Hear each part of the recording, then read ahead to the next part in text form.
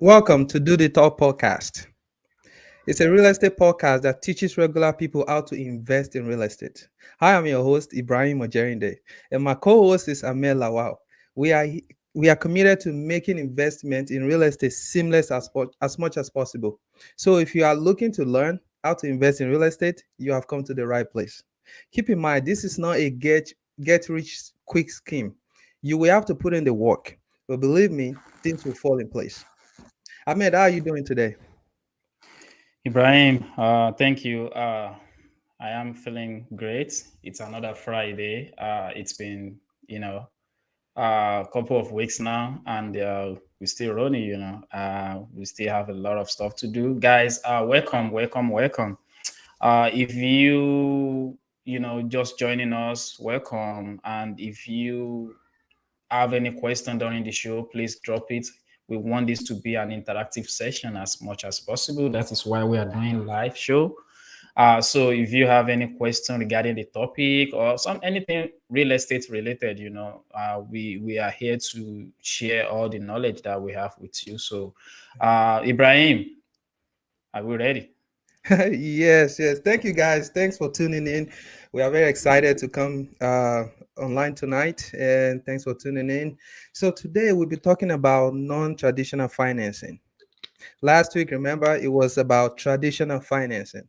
Now this week, Ahmed is on the mic. He's gonna share his knowledge with us. I'm pretty sure everybody's excited. You guys are ready to hear from him. He is an investor, and he's gonna share his knowledge in non-traditional financing. This is this is the Do the Talk podcast, and you are in the right place. Anything concerning real estate, we'll be covering it in this show. You can go back to our previous shows, watch what we have done, and please, every Friday, tune in 8 p.m. You won't be disappointed. Ahmed, what do you have for us tonight? Basically, just like you have said, Ibrahim, we are going to be discussing, you know, strategies and everything that related to non-traditional financing in real estate. Just as we both know, there are traditional way of investing in real estate. Even if you just want to buy a primary home, there are traditional way of doing it. And if you want to invest in real estate, they are non-traditional way, which is it's not really non-traditional, but they are not popular as the other ones that we discussed last week. Not a lot of people know about this, except you are in the inner circle, you are in the business, you are in the in the realm. You don't know a lot about all this that we are going to be discussing tonight. So it is something that you really want to be open-minded, and a lot of people will be like, is that even possible? Yes, a lot of it is possible. People are Yeah, doing them yeah, every yeah. single day. So without further ado, Ibrahim, are you ready? Do you want me Yes, to? I'm ready. So, do you Okay. want to? So, I would like our audience to feel this program. What I mean by that is we want you to please help us break it down, starting from Okay. Okay. you'll be the one to introduce that, but I just want to make sure you are ready because everyone out there, they are very excited and they are ready to learn from you. So we're gonna start now, and go ahead, sir. Okay. I see that you already put up the private money lender. So, private money is something that everybody at some point in real estate investing career will need to dive into. So, what is private money lending? Private money is, money that comes from your immediate circle, or it can be someone that just trusts you and wants to invest with you. That person might be someone that have cash in bank, or someone that have IRA, 401k, all these other investment vehicle that they don't trust. I don't trust my 401k. I do 401k. I have a larger percentage of my 9 to 5 go to 401k, but I still don't trust it because I don't know where my money is going. You see what I'm saying? So I really want to have control over what is going on. So I don't trust it. So people like that want to reinvest in real estate, maybe they don't have time and they have the money, they have the cash, or they want to invest in real estate, they have the cash, but they don't have the knowledge. People like that can be a private money lender. What they do is they lend on someone that have an experience, they lend on their project, then they get a return. So this lending can be between 4 months to 5 years. So basically we have short term private money lending and we have long time. Short time can range between week 1 week or few days to 6 or 12 months. So typical return on such uh, investments can be between the interest rates of 8 to 12%. But hey, there's no right or wrong in what the rate can be. It can be someone that just wants to lend you the money and take back 5%, or someone that can just want to help you out with the project. They don't want to take any return back. However, it is private money comes from relationship that you've built. Private money comes from credibility. So you that is why I always tell people that real estate is all about relationship game. Yeah. If you mess up one time, it circles around really quickly. So people will not trust you with their money. And when you are lending on a private project, you need to, there are steps that you need to follow to make sure your money is secured. Yeah. So a lot of people always ask, so how am I secure? How am I sure that this person is going to pay me back? So there's two documents that secure your money. The first one is called promissory note.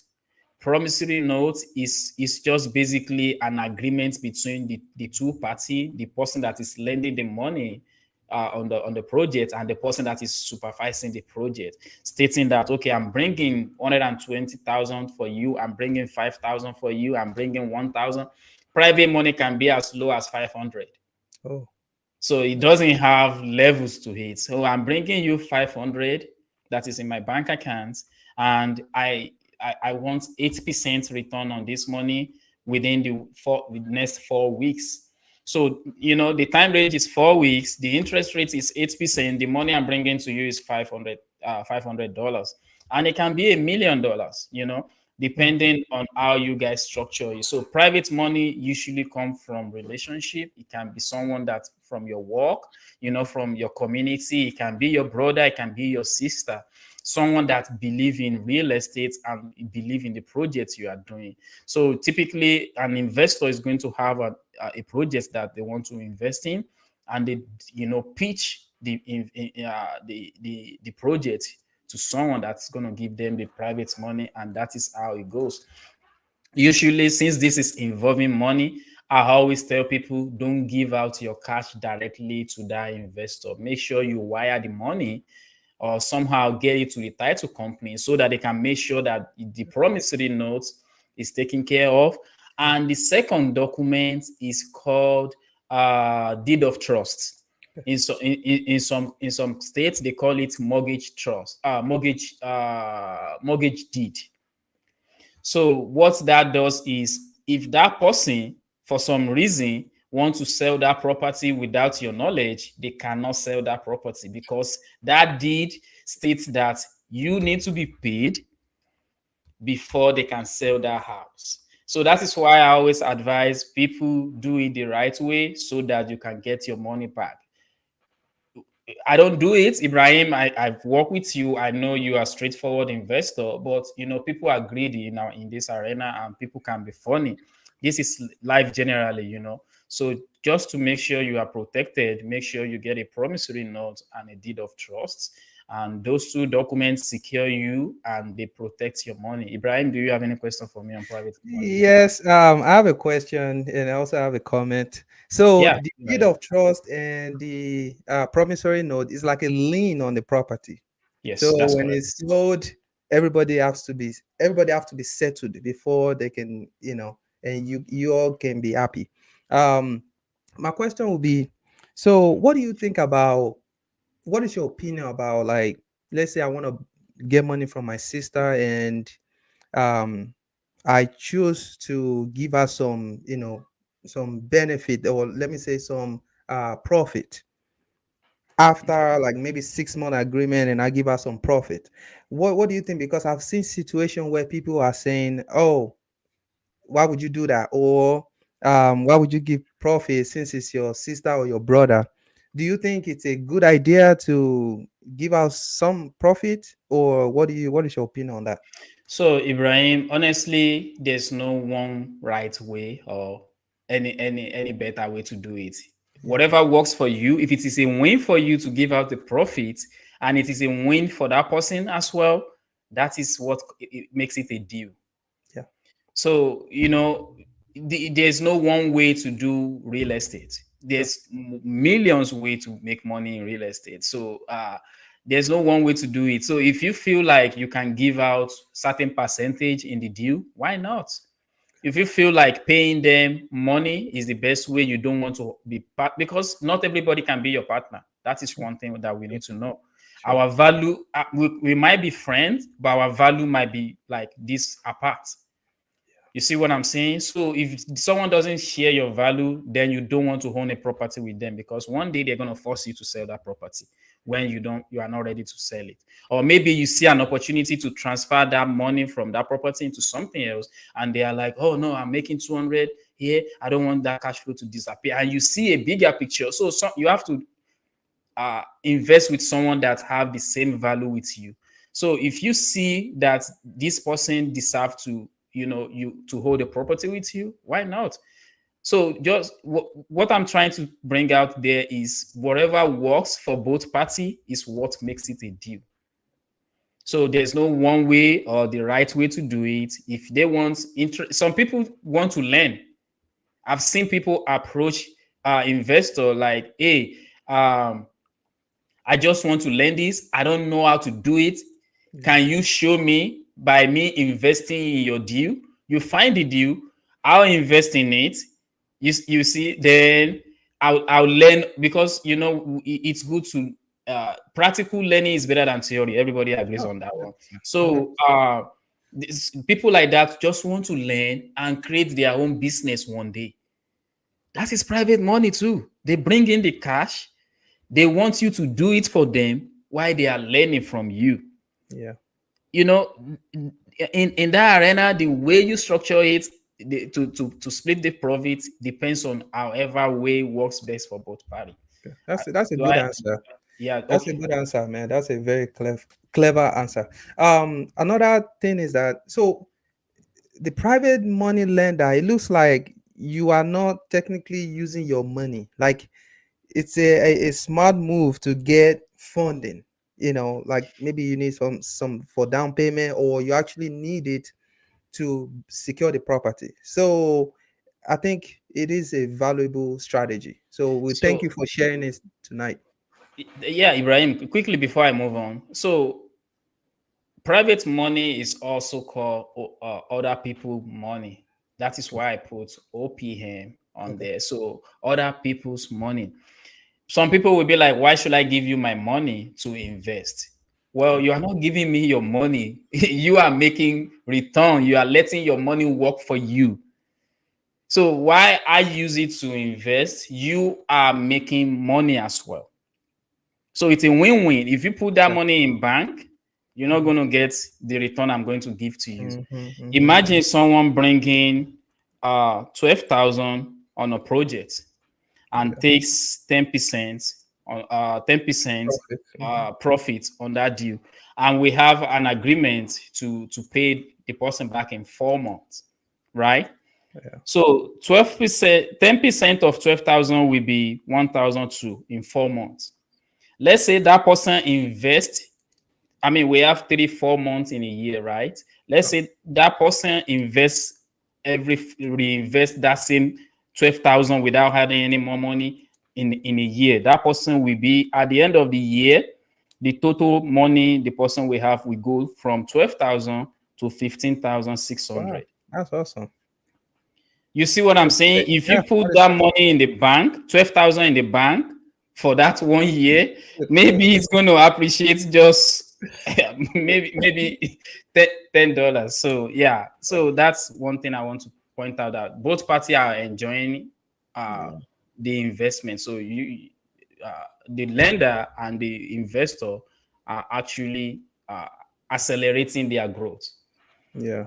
So it looks like our audience, they cannot wait to hear about seller financing, Okay, because I yeah. can see, yeah, everybody's, and owner finances. People are waiting. So let's go to the next one, sir. So seller financing is basically finding a seller that is willing to become your bank. So instead of me going to bank to buy your house, Ibrahim, Okay. I just come to you, hey, Mr. Seller, if you can finance me on this deal, give me your time, and you will become my bank. So this usually work out in a case where somebody own the house free and clear. They already pay off the mortgage, so they don't have to, be subjected to any other outside forces. So you can approach them, and they become your bank. A lot of people will ask, why would someone do this? A lot of us don't want to own property forever. Some people have acquired all this property, and now it's time for them to retire and just live off the cash flow. However, if they hold on to the property, they are still responsible for cutting grass. They are still responsible for roof Yeah. leaking and stuff like Yeah. that. But I can take that property from you, cash flow from it, and pay you monthly without you having any seller, any landlord responsibility. That is basically what seller financing is. Seller financing is the easiest of it all. Oh, really? Yeah, it is the easiest because whatever works for both party, it's what the deal is, just like the private money lender, like I mentioned earlier. So seller financing is always straightforward, and the seller can even get interest on their money. So let's say the house worth 200,000 when you are purchasing it, and they give you 3% interest rate. That means at the end of your payments, you will be paying like 260, 270, 280, which is not a bad deal for them. You Mhm. know, this is what bank does as well. Bank give us loan and they charge us interest. So instead of you just selling and getting all your check one time, and you have to pay tax, you have to pay all these extra fees. If you do seller financing, you can escape that and you can enjoy the cash flow for the rest of your life. So do you have any additional comments or question? Yeah. So with the seller financing, is there a way, or okay, I think my question would be, is there in the contract, would there be a time where the seller will tell me, hey, bring all my money, like suddenly, like a balloon kind of thing? Yeah, so it depends on how you structure it. Some sellers, we seller finance you right now for the next 5, 3, 10 years, depending on what both works for both of you, and they will amortize it. So they will give you the loan for 30, 20, 40. I've seen amortization for 50 years, Oh, which is something that a traditional bank cannot do. yeah, yeah. They amortize it for that long period of time just to bring the payments down so that the investor can cash flow. Can be. However, they require the investor to pay them the rest of the money by the end of year 5. Oh, So there's two advantage to that seller. The first advantage is they can sell at the price that they want. So some seller in their head, this is the price they want, and they are not. I mean, you sell house for people every time.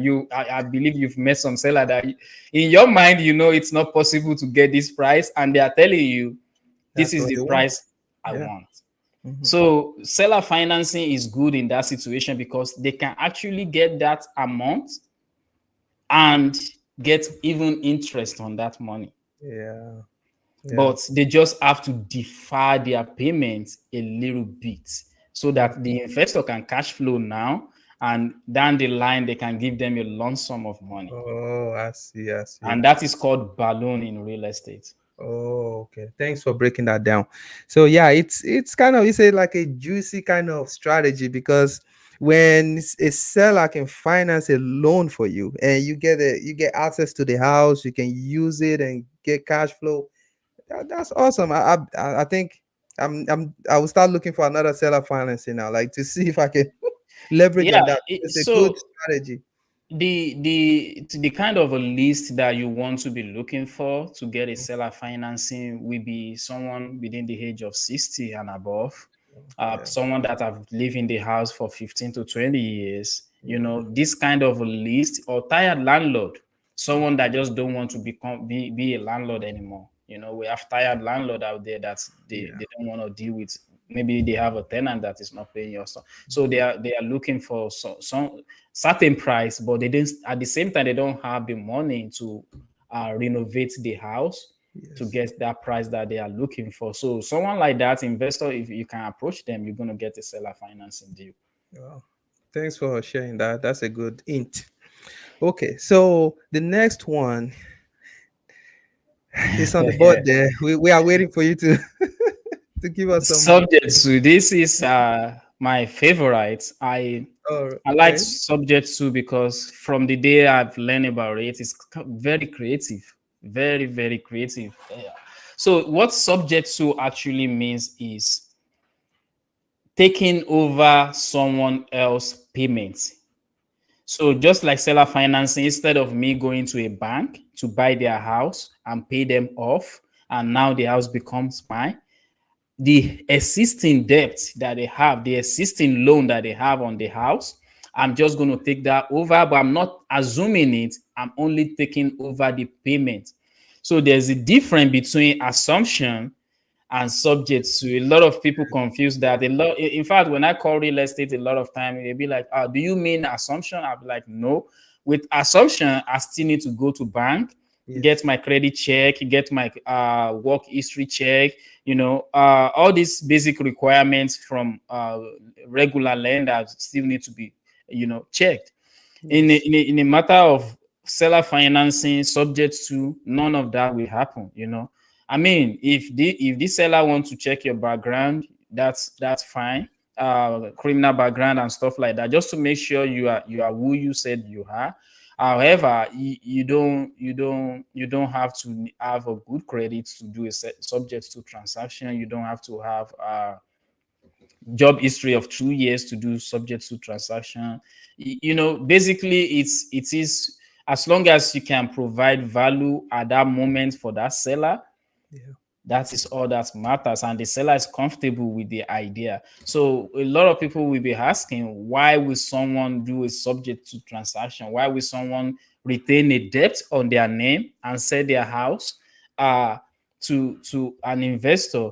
Because maybe they just buy the house, they don't have enough equity in the house yet. I mean, Ibrahim, you've seen this a lot. They Yeah. don't Yeah. have enough equity in the house to sell, and if they have to sell right now due to some uh, charges that comes with selling house, Yeah. they will be coming out of pocket to sell their own house, and they don't Yes. want to do that. That pissed a lot of sellers off. So introducing subject to kind of that kind of a seller is a good thing, because now they have option. They can be like, okay, how a lot of people will be like, how soon will you be able to refinance me? How I usually tell, I set the expectation high. I usually tell them, I'm not going to refinance you out. They'd be like, oh, when will I be able to qualify for another loan if I want to buy another one? You can actually qualify for another loan right now. I've worked with a lot of lenders that can qualify you if when you do a subject to transaction, because now you are not responsible for that mortgage anymore. So they can take it off your DTI. Yeah. DTI is debt to income Income ratio. ratio. Yeah. Yeah, so they can take that house off of your DTI, and you can move forward. There's a way to do that. So the most biggest thing about subject to is knowing how to do it properly, knowing how to do a subject to transaction properly. Ibrahim, do you have any question before I proceed? Yeah. I just have a comment. So the subject to, so it's like the way the bank looks at it is like you are getting a lease. It's not a lease, but the way they record it, that way they can take it off the seller's DTI. So it's like you are leasing, they are getting a lease. So because the seller is not responsible for the payment, that person is responsible. So they minus that from the DTI, then the mortgage is just out of your record. That way you can get another one. My question will be, um, in that case, I mean, you talked to us about, okay, we have to do a promissory note, we have to do deed of trust.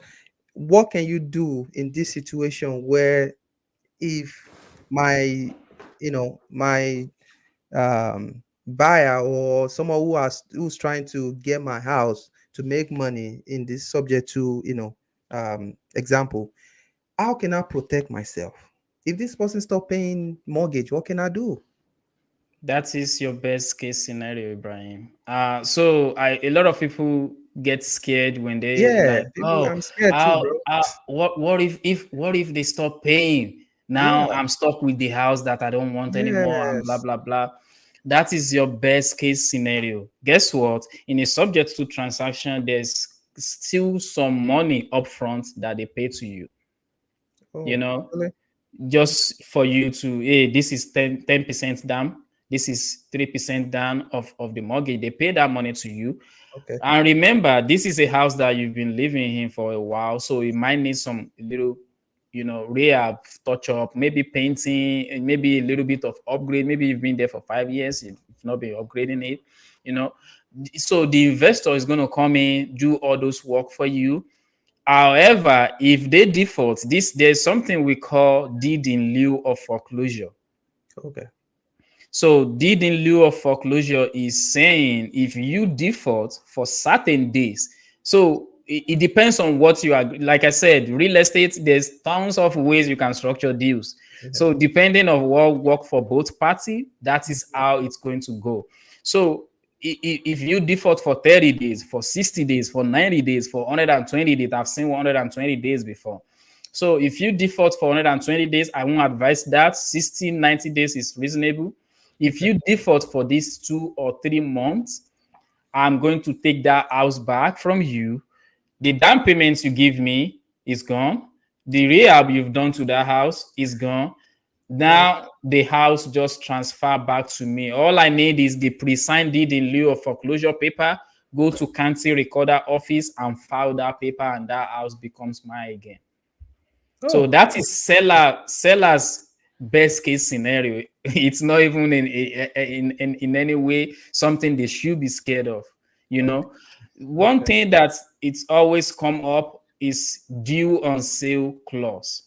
Oh, okay. Due What is on that? sale due on sale clause is always in every mortgage, that if you sell that house, you have to pay your lender back. And remember, now, if you do a subject to transaction, that house is not yours anymore. It's now becomes someone else. So that technically you sell the house. So due on sale clause can be called on a subject to transaction. People will be like, "Oh, that is a risk." It is a risk, but there is a solution to it. In fact, there's a lot of solution to it. I can go in depth into that. I don't want to divert, but one of the solution is to deed the property back to the seller and buy it at the with land contract. Some people call it land contract. Depending on the state, in Indiana, I believe we call it land contract. Yes. And for that land contract now, the amount that remains on the mortgage of the seller is what will be the price of the land contract. So technically, the only difference now is you don't own that house. The investor don't own that house. The person that sells the house still own that house, because guess the reason why the due on sale clause was triggered is because the deed transferred from the seller's name to the investor name. Yeah. So now, to prevent the due on sale, if they call it, they always give 60, 90 days before they actually foreclose on the house. You can transfer the deed back to the seller now. Now the seller have the deed, and the due on sales just go away. Then you buy it on option. Some people call it option contracts, land contract. You buy it on land contract with the amount that is left on the mortgage. The disadvantage to land contracts, a lot of people will be like, why don't I just do land contract to start with? The disadvantage with land contracts is, as an investor, we make a lot of money. And at the end of the year, we want to be able to write those, money off using property that we purchase in the year. So if I don't have property in my name, then I can't use it to file tax. So tax is a very important part of real estate transaction, and that is why investors always like to have the deed under their name. Okay, and that is like the subject to kind of thing, right? So subject to the deed comes to investor's name, but in land contracts, the deed still remain on the seller's name. Okay, thank you for breaking that down. I'm sure you guys, do you still have your pen and paper? Because it's giving us tons of knowledge here. So, and we really appreciate you. Thanks for sharing this fantastic, um, resourceful, knowledgeable, in fact, very, very interesting tonight because I'm getting tons of knowledge. Guys, like, share, invite your friends. This is Do the Talk podcast. We are here to talk about anything concerning real estate, anything concerning real estate. And every Friday, this is what we do. Okay. You are going to benefit from this channel. Yep, Go absolutely. out there, get all the knowledge from Do the Talk, and go out there and put it into practice. Of course, Absolutely. just piling up theories will not solve any problem or will not even get you to that financial freedom.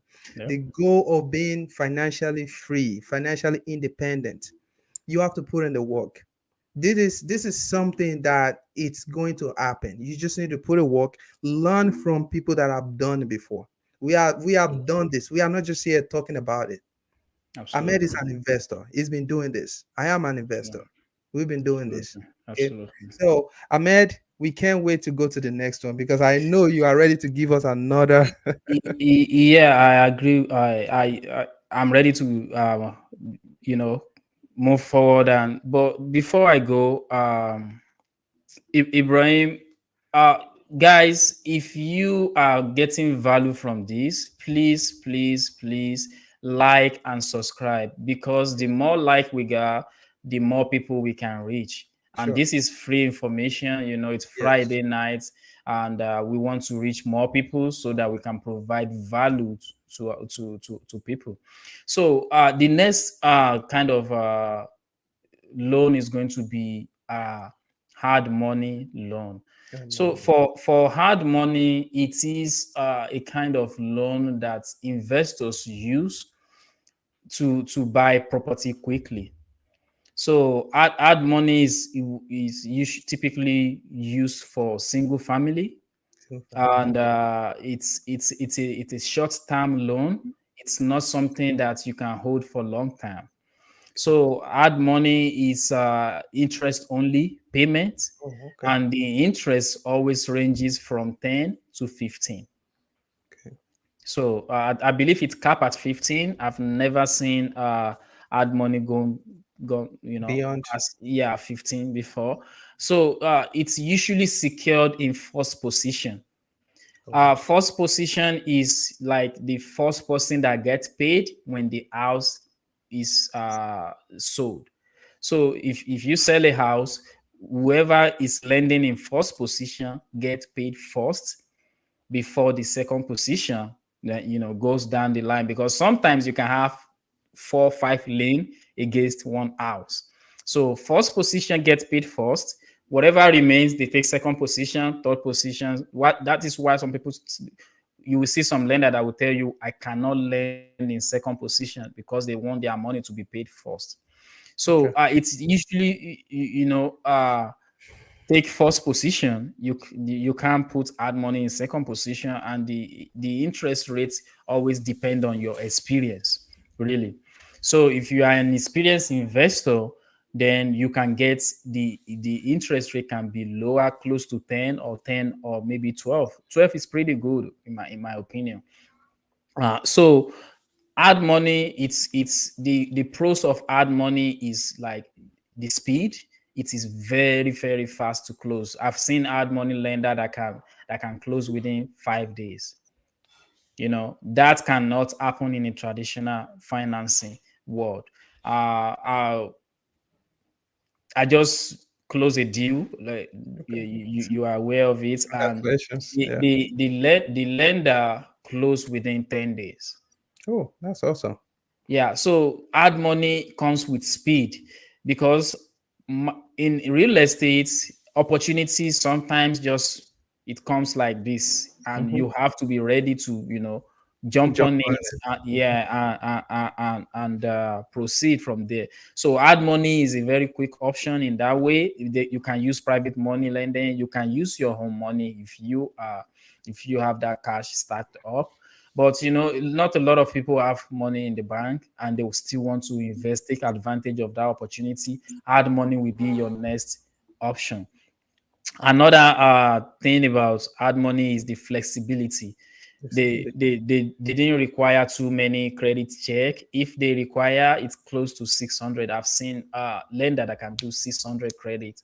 They still will be able to lend you money. So the flexibility is there, the speed is there, and if you don't qualify for traditional financing, hard money is another options that you can use to buy houses in real estate. A lot of investors use hard money because they want to scale their portfolio. Maybe they've bought 7 8 houses this year and the bank is now denying them for loan. Yeah. Hard money is another option they can use, and then they can refinance out because now the house is there. So now they can just go to the bank. I'm not buying any property, I'm refinancing the one I have already, and the bank will be willing to do that because now they already stabilized that investment. However, the cons of hard money is the high interest rate.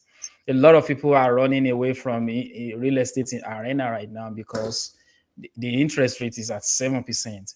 The lowest interest rate you can get for hard money is 10.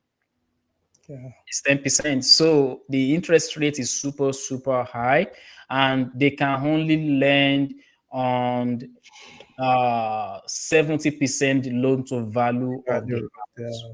So that includes the purchase price and the rehab. If you have to do the rehab, they can only do 70%. The reason why is because they want to make sure you can refinance them out. And a typical bank will not refinance you more than 80% loan to value. Yeah. So they want to be safe, so they can only do 70. So 70 give them rooms, even if the lender you are using to refinance them out, because like I mentioned, it is a short-term loan. Within 6 months and a year, you have to refinance that loan out. So the lender may want to make sure you can actually refinance them out and they can get all of their money. Do you have any question for me, Ibrahim, about Yeah. So with this hard money lender, thanks for asking, by the way. Um, can I use this and buy like my primary resident that I want to leave? You know. add money? You cannot use add money to buy primary residence because it is a short loan, and You feel that? yeah, I don't. Well, if you think about it, Ibrahim, if you see an off-market property that you can buy very cheap and you need to jump on it real quick, even if it is your primary resident, hard money is going to give you money to rehab it. Then you can now go out and get financing. So I won't say no technically, but a lot of lenders are not going to do it because a regular person that wants to buy their house with hard money probably don't have experience in rehab. Yeah. So I believe there is another loan, traditional loan that can give you, A rehab loan, conventional yes, rehab loan. Mhm. yes, that can do that. But add money, they want their money quickly. They don't want you to get stuck in that money so that they can get in another transaction. Remember, add money is private money actually. Oh, so it's So an let's investment. say, yeah, let's say Ibrahim give me 10,000 instead of me holding that 10,000 in bank and paying Ibrahim 800 8% interest rate. I can turn around and lend that money to someone else and get 12% interest rate. That is basically what hard Oh, money is. So some people are very skilled in getting private money, and they are like, okay, instead of us just holding on to this, how about we invest in some other people deal and we get a cut out of it. I So see. any it's a private money, but the difference between private money and hard money actually is the origination fee. Any money that have origination fee becomes hard money. It's no longer a private money. I So see. that is basically the difference. And Wow. the origination fee and the interest they are charging on the interest they are supposed to give back to their investor as well. So that is hard money. Any other question, Ibrahim? Thanks for providing shedding light to that because I actually didn't know the difference, like what really makes it different. I was thinking private is like maybe your sister, your brother, your auntie, someone you know, and hard money is from just from investor. But I don't think, based on what you explained to us now, the difference, the main difference is the origination, the fee and the process, so that gives me a better understanding of the difference, because at first I just thought, okay, the people just call it private because it's private people, hard money, investors. But now I see. So thanks for letting every one of us know the difference. Guys, we are still here. It's still Do the Talk podcast. We really appreciate if you can share this podcast, send it to your friends, subscribe, please subscribe. This is gonna help us to continue this podcast every Friday. We are here to provide all the necessary knowledge, and we hope you guys will take all this knowledge and put it into practice. Please put it into practice, because we want to see in the next 6 months, 1 year, 2 years, or even 5 years, we want to see you guys commenting and saying, okay, thank you, Ahmed, thank you, Ibrahim. I put in all the things I've learned from this podcast into practice, and it is yielding, you know, significantly. Will be more than excited to hear that from you guys. So we are committed Absolutely. to every Friday. We'll be coming here and we'll provide all the knowledge that we know about real estate. And keep in mind, we want this to be an interactive session. We need you to comment. We need you to ask questions. And today, Ahmed is ready to answer your question. He's on the mic today. So, Ahmed, what is the next one? Basically, the next one is going to be DSCR. Yes. DSCR is debt service coverage ratio. DSCR is an upcoming lending strategy in real estate. It has been around for a while, but a lot of people don't use it. Now it's becoming very popular in the real estate arena. It's becoming the king of investors loan. Actually, a lot of investors are really really looking into DSCR right now because of its endless possibility. So DSCR loan basically doesn't check your credit, doesn't check your job history, just all the typical credentials that a traditional financing is going to be looking into. DSCR don't take a look at that. What DSCR wants to know is the income from your property, is it going to be sufficient enough and be more than the debt services? What do I mean by debt services? The principal you are paying on the monthly basis, the interest you are paying on the monthly basis, the taxes you are paying on the monthly basis, the insurance you are paying, the HOA you are paying on the monthly basis. So DSCR wants to make sure you have at least 1-to-1 ratio, Yes. at least 1-to-1 ratio on DSCR. So what do I mean by at least 1-to-1 ratio is they want to make sure that the rents you are collecting from your tenants, let's say the rent is 1,000. So 1,000, and the mortgage, the DSCR mortgage, which includes the principal, the interest, the taxes, the insurance, the HOA you are paying, everything comes up to 800. So if you divide 1,000 by 800, is going to be 1.2. So that means DSCR is like you have more than 1-to-1 ratio. You have more than one ratio. So if you have more than 1-to-1 ratio, you're probably going to qualify for a DSCR loan. So DSCR is different from private money. It is different from hard money. Those two are short-term loan, even though private money can go up to 5 years, DSCR can actually go up to 30 years, Oh. just like a traditional loan. Mm-hmm. So that is a very good thing about DSCR and why all the investors are loving on it right now. Another thing about DSCR is the focus right now is on single family up to 10 units. Some lender will lend to you even if you have 10 units that you want to close on. What do I mean by 10 units? Is 10 doors, like a small apartment unit. You know, if you have 2 units, if you have 3, 4 units, 5 units, up to 10 units, DSCR can lend on that. And to the minimum credit requirement for DSCR is 620. So that can varies from lenders to lenders. Some lenders will require 660, 640. Some lenders can take 600 from you, but across the board, they want to see 620. That is, and you can use it for your primary residence as long as you can prove that that is not just one door and the rent from the other tenants is still going to be able to give you the ratio that you need. Remember, your rental income over PITIA equals DSCR. So as long as that gives you more than 1-to-1 ratio of your mortgage, then you can do DSCR. So let's say, just like Ibrahim advised us last week, let's say you have 4 units.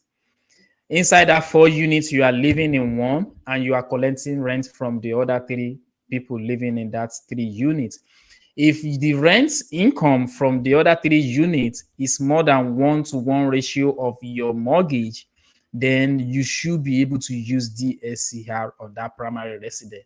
If you are using if you cannot use DSCR for single family because you are just living there, and basically there's no income that is coming in. So remember, this is a loan that they are not checking all your regular credential. They are checking on the income that the property can actually provide.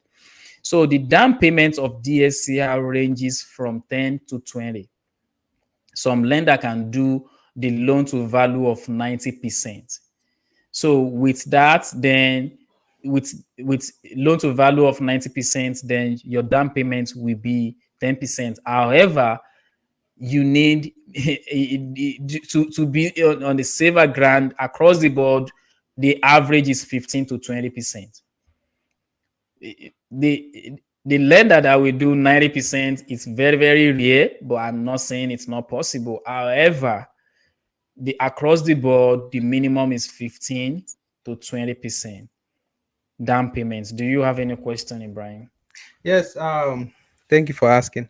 So about, remember I just did a DSCR loan. So they actually look at credit, but they are not so strong on it like the normal conventional or FHA loan.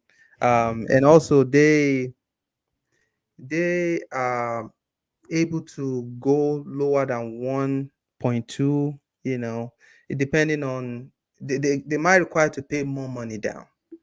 So depending on some lenders are a little flexible with it.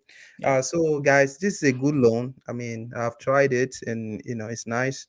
um my question would be, with this DSCR, you mentioned PITI. I would like our audience to know what that is, bro. We are everybody. Not everybody is this real estate savvy like you. You need to help us break it down so our audience can understand, please. Yeah, so PITIA pretty much is what everybody paying their mortgage right now. Okay. Okay. So that includes, principal, Okay. interest, Okay. taxes, insurance, and HOA. Good. Good. So if you are paying your HOA separately, that still make PITIA, but a lot of lenders right now on our primary residence have the principal, insurance, taxes, and insurance together in our mortgage. Yeah. So that is what constitute our mortgage right now. HOA can be paid separately. I believe some mortgage company can, take that into escrow and pay from escrow, but 9 out of 10 you can pay pay HOA yourself. So PITI is basically principal, interest, taxes, insurance, and HOA, any association fees that you have. So that is where the A comes from, association fee. But I Okay. always say HOA. So Okay. basically, that is what it is. Thank you for letting us know, because I was like, okay, let everybody know what this PITI. Yeah. So thank you for sharing.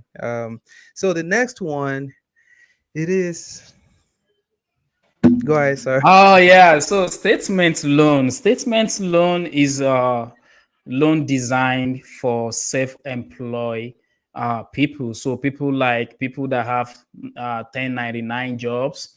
These people doesn't have W-2 jobs. They don't have tax. They have tax return, but they don't have job history. They are not getting their pay from a regular employer. They get paid maybe per contract they do. They get paid maybe per the job they do and stuff like that. So they are 1099 people, and they always find it hard to be able to get a loan, regular loan in the bank, just because they don't have a W-2 jobs. So statement loan is the loan designed for people like this. All they need is 12 to 24 months of bank statements. Okay. So they need to be able to prove that they have, they're still going to check their credit. They're going to check their bank statement for 12 to 24 months. They're going to make sure they have sufficient down payments and reserve, because remember, these people are not getting paid on a regular basis. Their Yeah. job is not something that you can predict the income, so they Yes. require you to have they require them to have uh, reserve, so that they can continue making the payment, maybe 3 or 6 months reserve. And the statement loan can also be 90, can also pay 90% of loan to value of the property. So that makes it, you can go as little as 10% down. Oh, But depending on your credit, which if you have credit, they require minimum of 660. Don't quote me on this. I'm not a loan officer. I mean, loan officer can varies, and what a bank or institution can do varies. You might see people that might be able to go lower for you oh, to put that's more money down, or maybe lower because you have more reserve in banks. There's no one way to structure this in real estate. Whatever works is what makes it a deal. So depending on what the situation is, there might be lender that will be willing to, breach that credit limit and come down a little bit. So, but they don't require W-2 as your qualification, because they already know that these people are not getting regular pay, from an employer somewhere, and they don't really keen on your tax return, because you are not a W-2 employee. So what they will really keen on is to make sure you are having steady income coming in month per month for 12 to 24 months, and after which they will be checking on your down payment and your reserve to going forward. Do you have any question on this? Oh, thank you, Ahmed. Actually, we are running out of time. However, you are drowning us with knowledge. Like, we've got all information from you now about this non-traditional financing, and I'm sure everybody out there, you guys keep watching us. I know you are liking this podcast. We do it every Friday.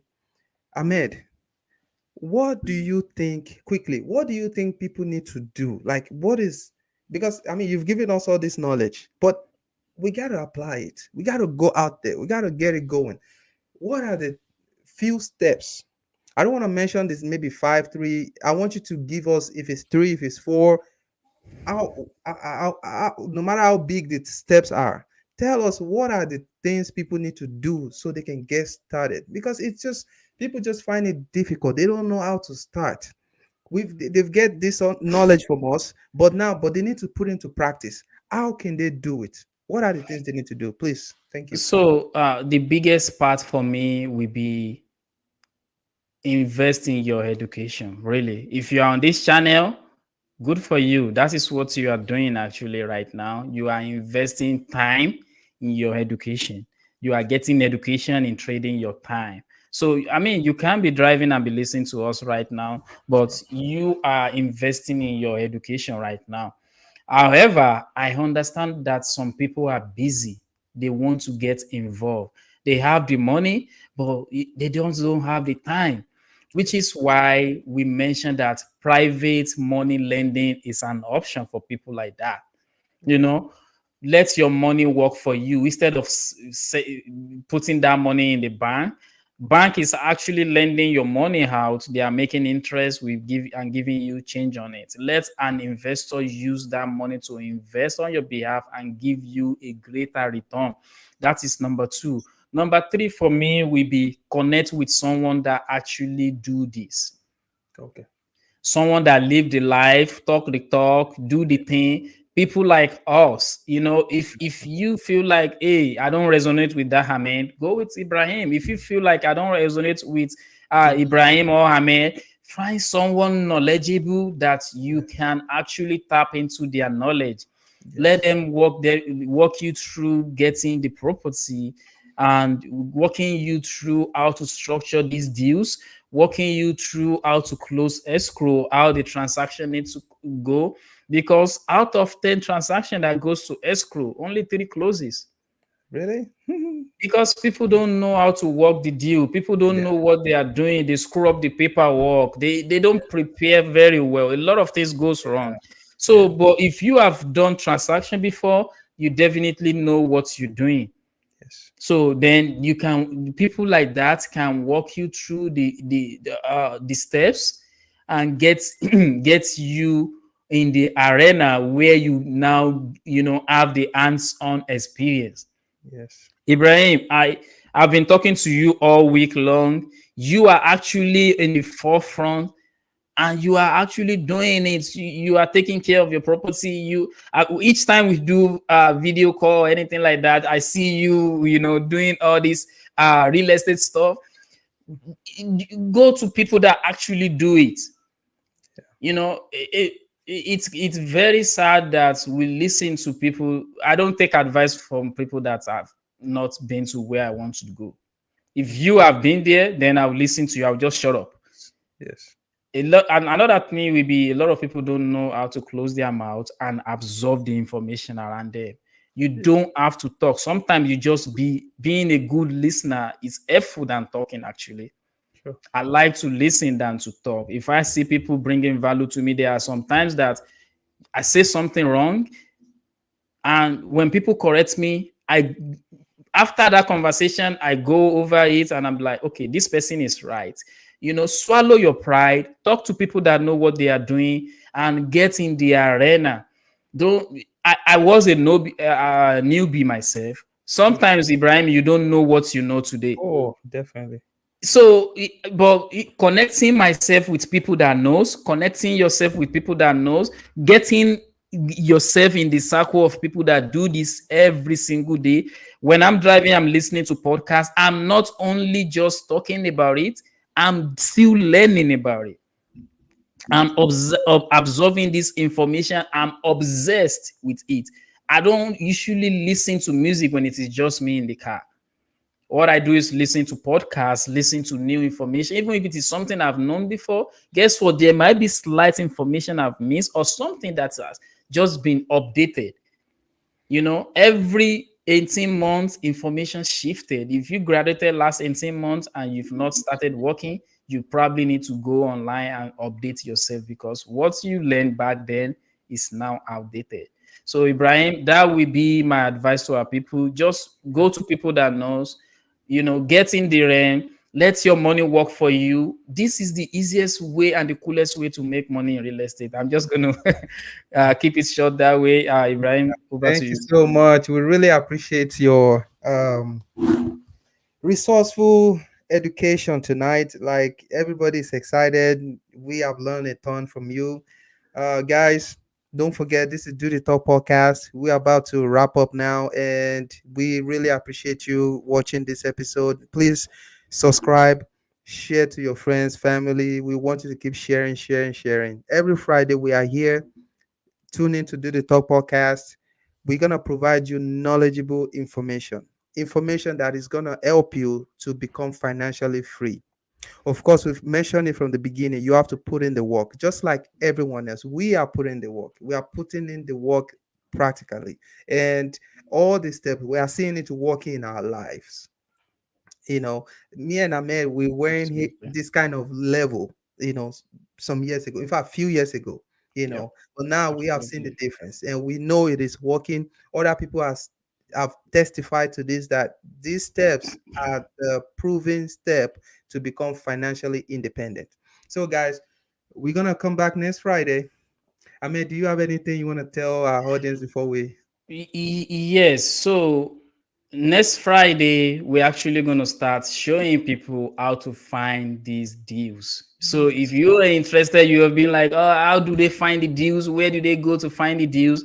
We're going to be loading you with the next few weeks actually because it's there's a lot of ways to go about it. So Yeah, we're very going to split it successful. out just like we split the financing part of it into two. We're going to split it up and talk about how to find this deal. If you find it, who do you need to contact? If you find it, what do you need to do? Yes.